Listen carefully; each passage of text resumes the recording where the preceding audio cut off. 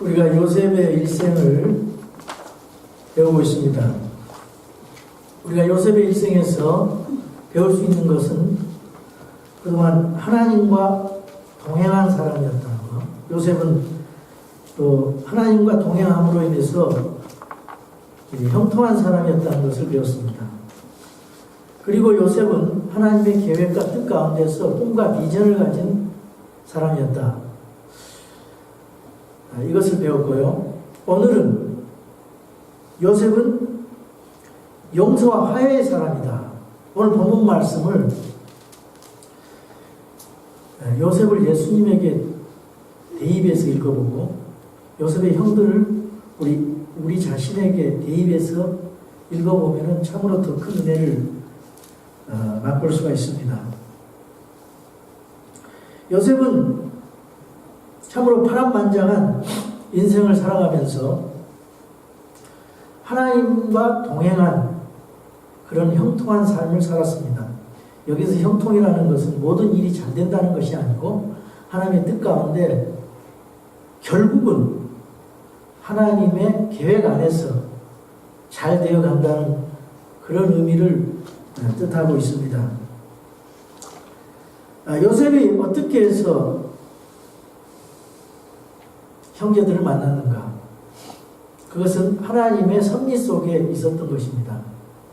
요셉이 이집트로 은 20에 팔려서 보디발의 집에 가서 종살이를 하다가 그 보디발의 아내의 유혹에 오히려 또 죄를 뒤집어 시험을 당해서 감옥에 가게 되었고, 감옥에서 또 왕의 신하들의 그 꿈을 해몽해주고, 그리고 또 2년 뒤에 파라오의 꿈을 해석해주는 그것으로 인해서 하나님께서 7년간 풍년, 또 7년간 흉년의 그런 시간들을 보내게 하신 뒤에 그 가뭄이라는 그런 사건을 통해서 가나안 땅에 있는 자기 아버지와 형제들을 만나게 하는 그런 하나님의 놀라운 일들을 우리들은 보고 있습니다.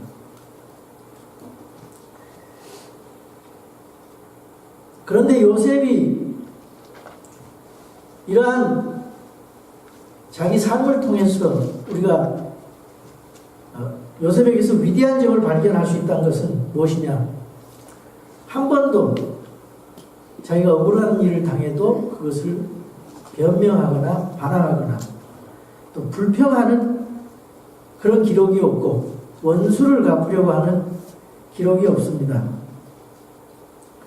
그것은 요셉 안에 있는 그 하나님을 향한 믿음과 또 이미 하나님께서 요셉에게 주신 그러한 용서의 마음, 또 화해의 마음이 있었기 때문에 또 하나님의 그 인도를 믿은 위대한 믿음의 사람이기 때문에 그럴 수가 있었던 것입니다.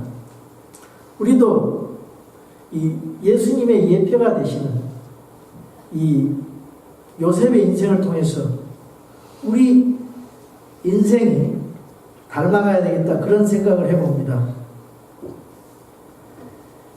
요셉은 오늘 본문에서 과거의 상처를 딛고 용서의 말을 합니다. 하나님께서 생명을 구하기 위해서 형들보다 먼저 나를 이곳에 보냈습니다. 나를 이곳에 보낸 것은 형님들이 아니라 하나님이라고 말씀하고 있습니다. 나에게 상처를 주고 또 괴롭힌 사람을 용서하기가 그리 쉬운 일은 아닙니다.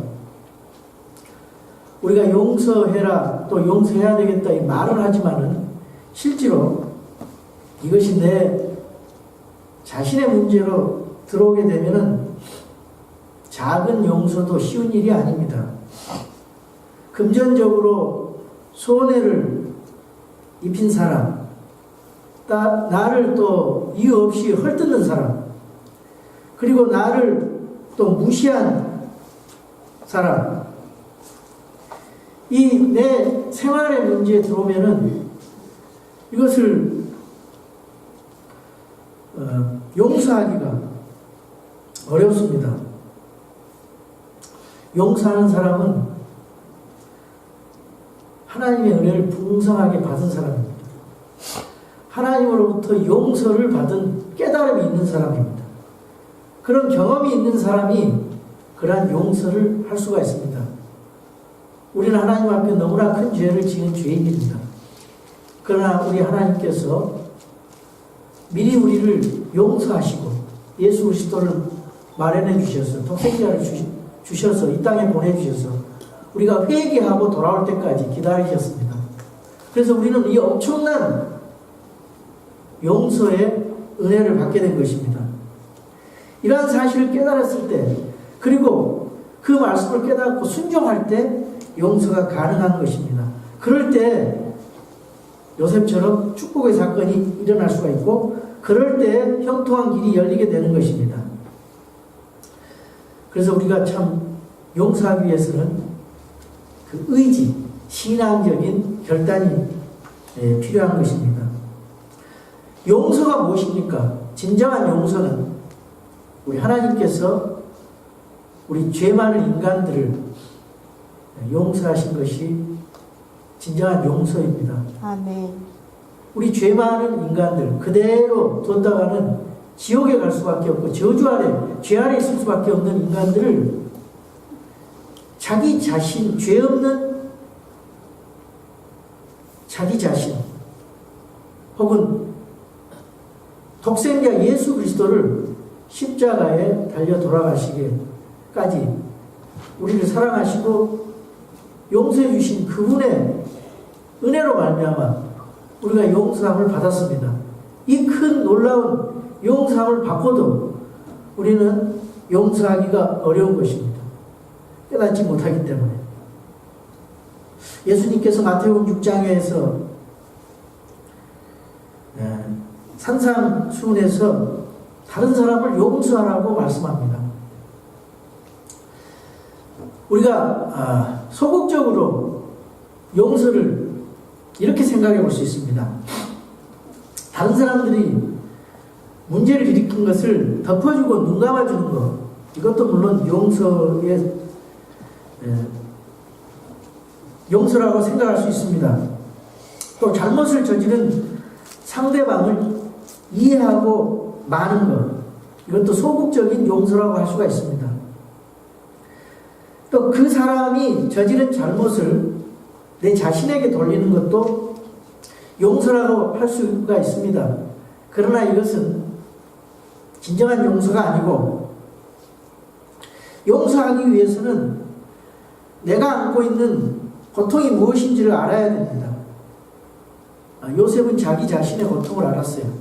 그렇지만은 요셉은 형들과 관련지어서 이렇게 말합니다. 나는 당신들이 이집트에 팔아넘긴 동생 요셉입니다. 자기 자신이 이집트 총리라고 말하고 있지 않습니다. 당신네들이 팔아버린 동생 요셉입니다. 그러면서 형들의 죄악을 분명히 밝히고 있습니다. 우리 하나님 앞에 진정으로 용서받기 위해서 우리의 죄가 무엇인지, 내가 누구인지를 정확하게 구체적으로 고백해야 됩니다.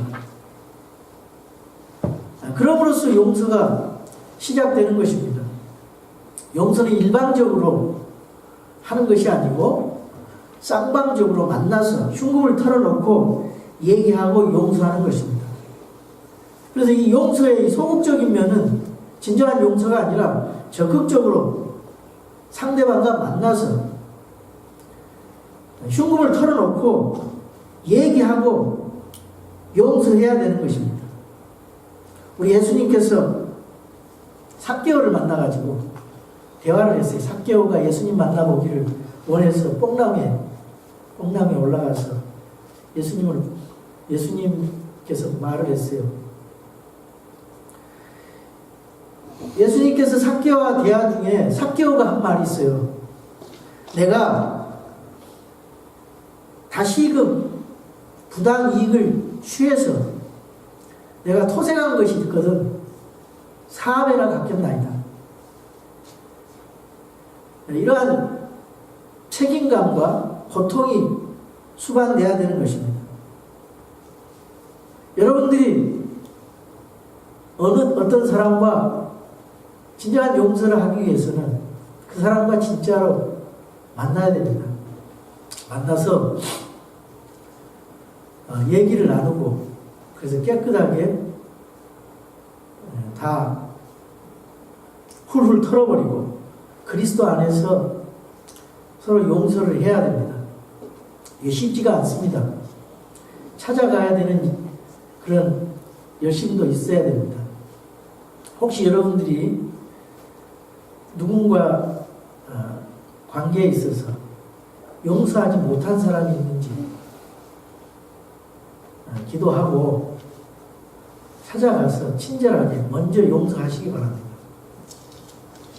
용서를 구했으면 여러분이 용서의 마음을 가진다면 여러분과 하나님 사이에 용서의 마음을 그 사람에 대해서 용서하는 마음을 가지면 여러분과 하나님과의 관계는 오케이입니다. 그러나 그 사람이 여러분의 용서를 받아들이지 못한다면 그 사람과 하나님의 관계는 문제가 있고 나와의 관계도 문제 있지만은 내가 그 사람과 하나님의 관계는 문제가 없습니다.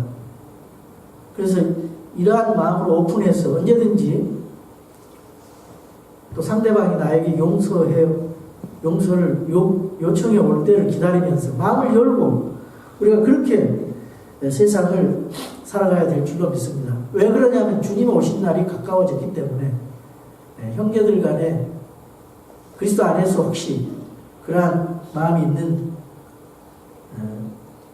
꺼림직한 것이 있으면 다 풀고 주님을 만나야 될 줄로 압니다. 아멘. 우리가 참 어린 시절부터 많은 상처를 안고 살아갑니다. 기억하고 있는 상처, 기억하지 못하는 상처가 많이 있습니다. 이 나무를 이렇게 잘라보면요, 식물학자들이 나무를 잘라보면은 그 나무에 나이테가 있잖아요. 그 나이테를 보면은 아하, 여기는 이 해는 가뭄이 극심하게 들었구만. 여기는 또 번개를 맞았구만. 또 이때는 또 흉년이 들었구만. 이러면서 언제 추웠고 언제 또 산불이 났고 나이테가 일그러지고 그렇지 않는 그것을 보면서 다 알 수 있다고 합니다. 여러분, 요셉의 인생의 나이테를 우리가 볼 수 있어요. 형들이 배신하고 구덩이에서 이집트로 팔리고 종살이를 하고 또 보디발 여인이 유혹을 하고 감옥살이 하고 그 감옥살이 하면서 오랜 기다림 속에서 형제들을 만나고 아버지를 만나고 이러한 모습들을 보면서 우리의 인생의 나이테를 한번 살펴보시기 바랍니다. 여러분이 쌓여있는 상처들, 고통들, 마음속에 또 갈등과 분노들 이러한 인생의 나이테를 보면서 참 이러한 것을 해결하지 못한다면 이것이 축복의 삶을 방해하고 우리가 하나님 앞에 가고자 하는 것을 더 활발하게 갈 수 없게 만드는 것입니다. 여러분, 그동안 살면서 인격적인 모독을 받은 상처가 있었을 것입니다. 또 차별과 따돌림의 상처가 있을 줄로 압니다. 외면당하고 거부당하고 또 부정당한 대우와 인간적인 그런 배신, 미움, 또 언어적인 폭력, 인격적인 파괴, 육체적인 학대를 받았을 줄로 믿습니다. 이 상처를 가지고 나갈 수 있는 유일한 길이 있습니다. 그것은 예수 그리스도의 십자가의 보혈입니다. 아멘. 십자가 은총만이 진정한 용서가 가능한 것입니다. 이것이 십자가의 은혜요, 십자가의 보혈의 능력인 것입니다. 우리 주님의 십자가는 모든 것을 녹여내서 새롭게 다시 빛는 용광로 같이 여러분을 하나님의 사람으로 온전하게 새롭게 빚어주실 줄 믿습니다. 아멘. 죄의 의식과 정죄에서 자유함을 누리시기 바랍니다. 그리고 해방을 받기를 바랍니다. 그럼 우리가 어떻게 진정으로 용서를 할 수 있는가? 우리가 다른 사람을 먼저 용서를 해야 됩니다. 왜냐하면 우리는 하나님 앞에 용서를 받았기 때문에. 진정으로 용서하기 위해서는 내가 먼저 용서하기로 마음을 먹어야 된다는 의지가 필요합니다. 하나님께서 할 일이 있습니다. 그리고 내가 할 일이 있습니다. 내가 할 일은 회개하고 예수 그리스도를 받아들이는 것. 그럼 하나님께서 구원을 해주시고, 내가 할 일은 열심히 복음 전하면 하나님께서 그것을 통해서 구원을 시켜주고, 내가 할 일은 내가 용서하는 마음을 가지면 하나님께서 모든 것을 합력하여 선을 이루어주시고 열매를 맺어주신다는 사실을 기억하시기 바랍니다. 하나님께서 가장 좋은 방법으로 결과를 내주시는 것입니다. 믿음의 생활은 의지적인 그런 선택입니다. 내가 의지적으로 용서하기로 마음을 먹어야 용서를 할 수 있습니다. 결단해야 됩니다. 버릴 수 있는 결단, 또 행할 수 있는 결단이 중요합니다. 용서의 결단이 있어야 용서의 사건이 일어납니다. 사랑하고자 하는 결단이 있어야 사랑의 그런 대상이 생기고 사랑하고자 하는 그런 마음이 생깁니다. 그리고 헌신하고자 하는 마음이 있어야 헌신하려는 일이 눈에 보이는 것입니다. 화해하고자 하는 결단이 있어야 화해하려는 일이 생기는 것입니다. 과거의 상처들 때문에 아직도 과거의 상처가 가시가 되어서 우리들의 마음과 영혼을 찌르고 있는가 참으로 안타깝습니다. 주님께 용서받은 우리는 그런 감정에 집착하지 말고 이끌리지 말고 성령님 안에서, 하나님의 말씀 안에서 다른 사람을 용서하고 은혜로 받아들이기로 작정해야 됩니다. 용서는요, 지는 것이 아니에요. 용서는 진정으로 이기는 것입니다. 용서는 손해보는 게 아닙니다. 용서는 이득이 되는 것입니다. 좋으신 하나님께서 그런 여러분의 마음과 믿음과 그런 용서의 마음을 보시고 역사하실 줄로 믿습니다. 아멘. 내가 먼저 용서하면 하나님의 일하심이 나타나고 또 우리가 그 사건을 믿음으로 바라보게 됩니다. 요셉은 형들에 대한 복수를 한 번도 생각하지 않았습니다. 붕괴하고 증오할 만도 한데 3번씩이나 연민의 정을 느끼면서 눈물을 흘리고 있어요. 따로 들어가서 통곡을 합니다. 요셉은 이미 형들을 용서했습니다. 그렇기 때문에 그런 마음이 든 것입니다. 하나님께서 요셉을 사랑하셔서 가족들을 만날 수 있도록 그렇게 계획을 하신 거예요. 하나님께서는 용서가 뭔지를 모르는 형들을 만나게 하셨어요. 요셉은 하나님의 오명하신 일하심과 복주심을 보고 있는 거예요. 요셉은 형들을 보면서 참 형들이 자신들이 한 일을 다 회개하도록 또 회상해서 기억해서 그것이 하나님 앞에 잘못되게 되었다. 또 요셉에게 잘못했다. 이런 것들을 자꾸만 생각나게 이 시험을 합니다. 여기 그 44장에 보면은 은자를 가지고 시험을 해봐요.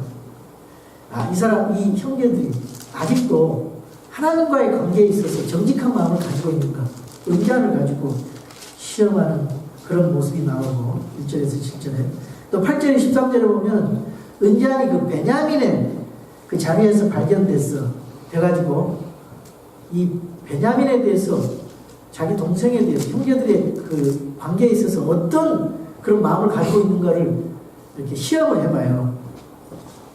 근데 형제들이 베냐민 자리에서 발견된 걸 보고 자기 옷을 찢은 것을 보고 아, 이제 형들이 변했구나. 형제를 사랑하는, 동생을 사랑하는 마음이 있구나. 왜냐하면 은잔이 발견된 그 자리 주인이 종이 된다고 했거든요. 그래서 이러한 것들을 다 그 회개를 하게 해요. 그럼으로써 요셉은 더 용서할 수 있는 마음이 드는 것입니다. 더 용서하는 마음을 가지게 되는 거예요. 이와 같이 우리 하나님 앞에 우리의 죄악을 낱낱이 자백해야 됩니다. 또 내가 용서할 사람에게 있어서도 그 사람의 얘기를 들어보고 나의 얘기도 낱낱이 해서 다 깨끗하게 화해하는 거예요. 그게 진정한 용서인 것입니다. 우리가 그리스도 예수 안에서 자백할 때 하나님은 우리를 새롭게 해주시고 우리 상한 감정과 상처를 치료해 주십니다. 우리 하나님만이 우리의 과거를 용서해 주시고 우리 마음 속에 있는 깊이 움츠린 그런 상처들 이거를 건강하게 만들어 주실 것입니다. 자, 용서하는 것도 중요하고 또 용서받는 것도 중요합니다.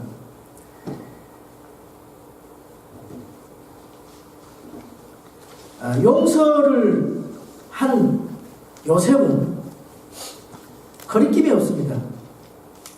그러나 용서를 받기 이전에 형들이나 또는 보디발의 아내나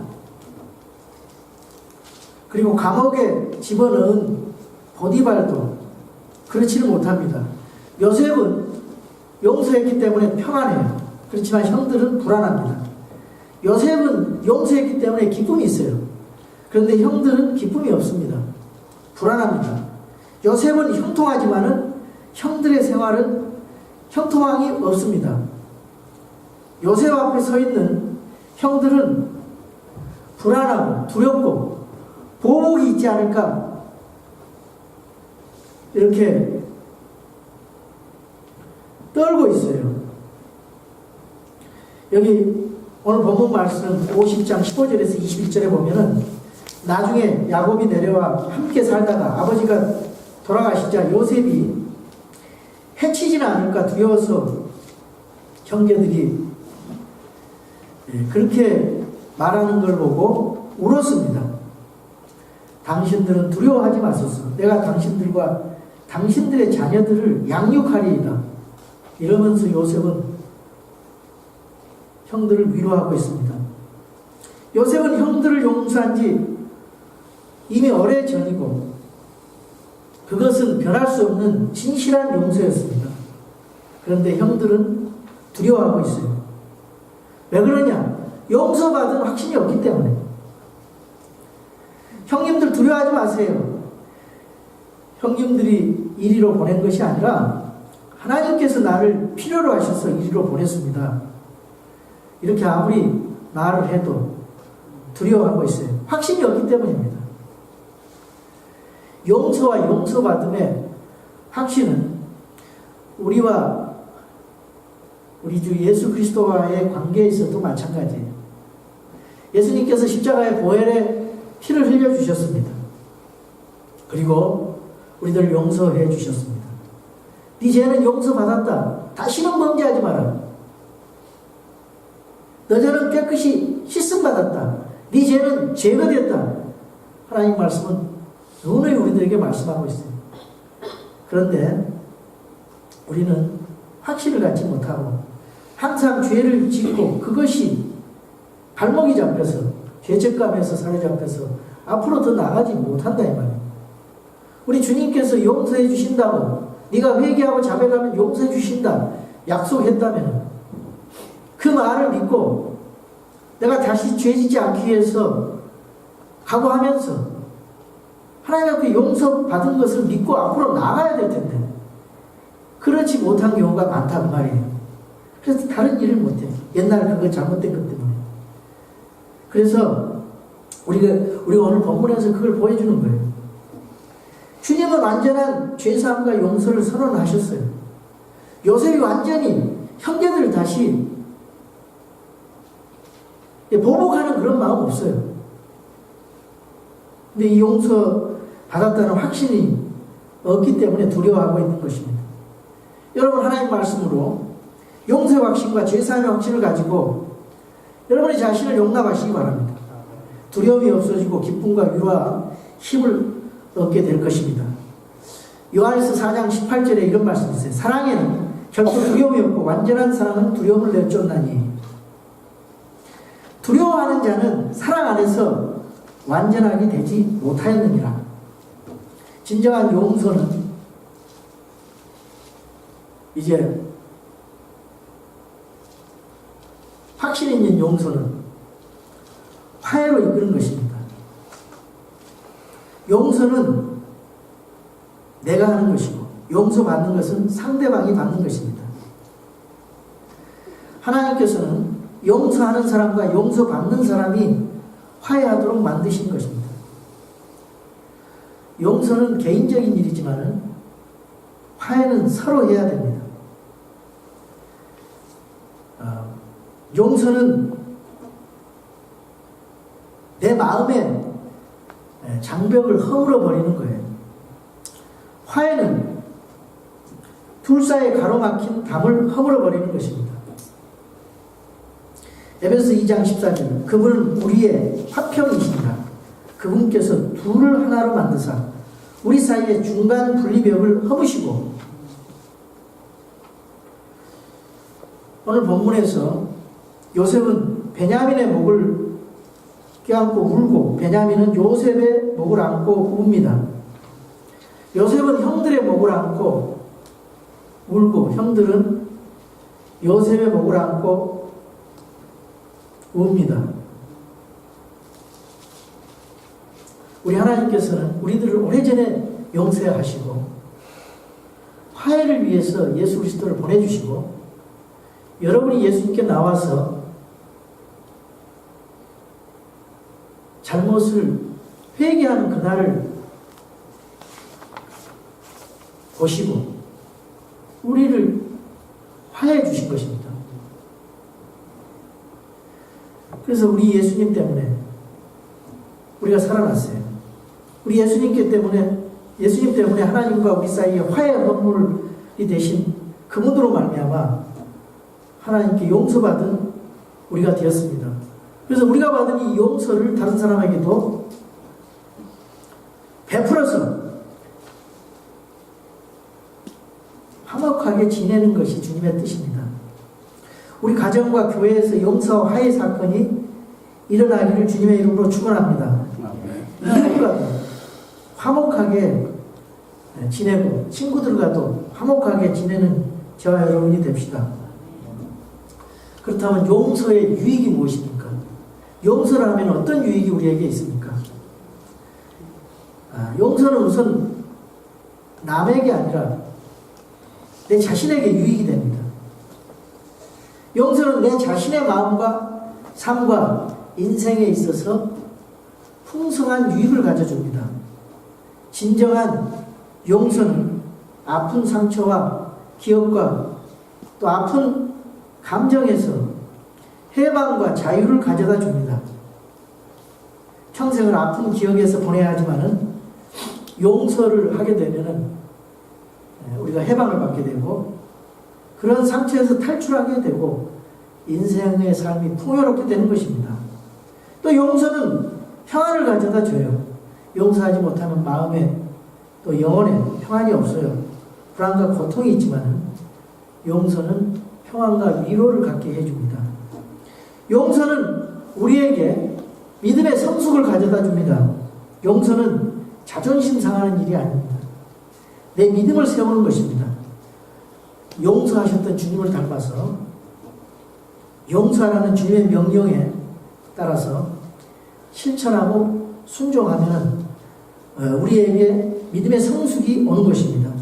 진정한 용서는 우리에게 하나님의 복과 형통함을 가져다 줍니다. 용서는 손해보는 일이 아니에요. 용서는 영적인 유익과 인생에서의 삶의 복을 가져다 주는 것입니다. 또 진정한 용서는 살아계신 하나님의 일하시는 그 역사를 보게 됩니다. 하나님께서 우리 용서하는 그 순종을 통해서 그분의 일을 하십니다. 우리는 그분께서 하시는 그 일을 통해서 하나님의 일하심을 보게 되는 것입니다.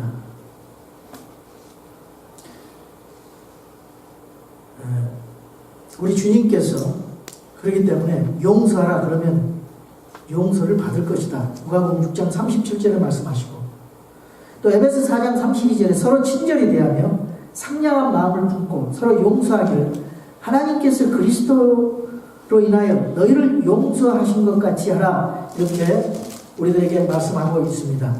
우리가 믿는 하나님은 용서와 화해의 하나님이십니다.